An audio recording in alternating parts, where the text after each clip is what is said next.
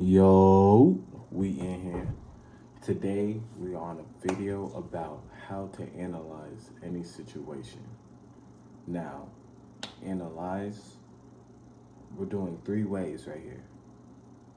In any situation, you have to understand where you're at, what's going on. So, if I'm in a room full of new people that I don't know, I'm gonna analyze what's going on around me. I'm gonna figure out, say, if anything happens. I need to know if there's an exit. I need to know if I need to leave. If there's somebody I'm interested in. Just analyzing what, like how they dress, how they carry themselves around other people. Analyzing is very important, and it will help you so much in your future. So, let's get into it. Number one, observe. Now, if you walk into a room and you do not observe anything about what's going on around you, we have a problem. No, there's no way of sugarcoating that. We have a problem because there's like if you can't observe your surrounding area, then clearly your head is in the clouds. You need to bring it back down here, focus on what's going on, be present, see what's around you, and then focus. The reason why observing a situation is so important is because when you walk into a room, you're supposed to know whether the vibe in that room is good for you or not. Now, if you're just walking into a bunch of rooms, you never know. You could have get busted for a drug deal that you wasn't even part of. Like, it might be crazy, but situations and scenarios like this happen. So, observing your surroundings, observing the people around you, you will see a reflection of yourself in any situation you're in by the people around you. Say somebody's always sad, that could be a representation of how you feel deep in. Now, maybe you don't seem sad, you don't think you're sad, but that there's a possibility that, you know, you have unsettled problems. Now, the reason I say this is remember the people you're around and the people you surround yourself around, you turn into them. That you're the product of that. So you sit around a bunch of people that don't have any dreams or goals for themselves, you're most likely either going to get snuffed out of your dreams and goals or you're going to have to move. You can't stay in that friend group. That's what I'm saying. Now, if you network and you find people with similar interests, higher ambitions, bigger aspirations, everything, then that's going to reflect onto you. It's going to help you and it's going to push you to that success you're looking for because it's in front of you. It's the people around you. Now, number two, listen. We're doing too much talking. We're doing too much chattering. And when you don't listen, you miss things.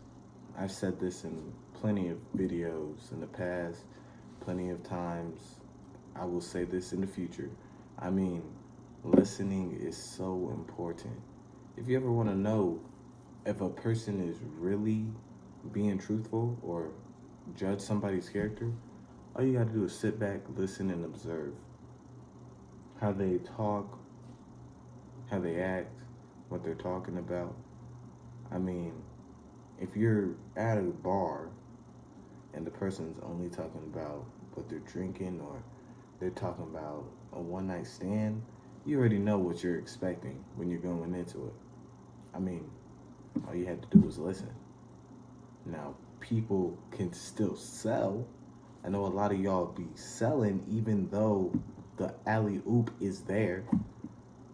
You be like breaking the damn dunk, bro. Matter of fact, you missed the ball because you be getting the signs, you be listening, you don't even be listening, and then you end up turning the person off because your butt only want to talk the whole time. I mean, let her cook. Let her cook. Get a little bit of that. Like, if you're an attractive person and she is pretty much showing her interest, the best thing you can do is be chill if you don't have no type of mouthpiece. No type of mouthpiece, just be chill. Be like, oh yeah, I bet. And then set up a time to meet y'all, to meet each other. Because when you don't listen, things go by. Like, it slips your ear. Say you're in class and you're talking the whole class, you're not even going to remember what was going on and being said in class. That's why your grades are bad. Listen, bro. It's not that hard. It really isn't. Just close your mouth. Now, my last point is going to be understand. Understand the situation, where you're at, what you're in. If you take the first two settings and the first two things I said, such as observe and listen, and then you understand on top of that, congratulations, you're open-minded. And that's how you analyze. You got to be open-minded, bro. I mean, it's okay to come into the room with a certain mindset of like, okay, I'm confident in my answers and everything.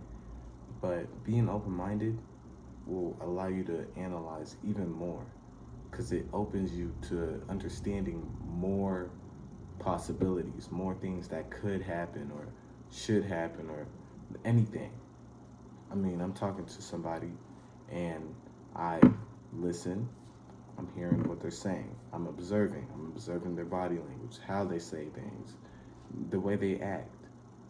You can tell the vibe of a room as long as you're paying attention.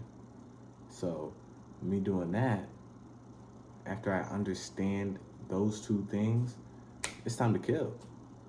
Strike. She acting a certain way, and then I can, like, click on those pieces. I know. I say no more. All right? Why? Say no more.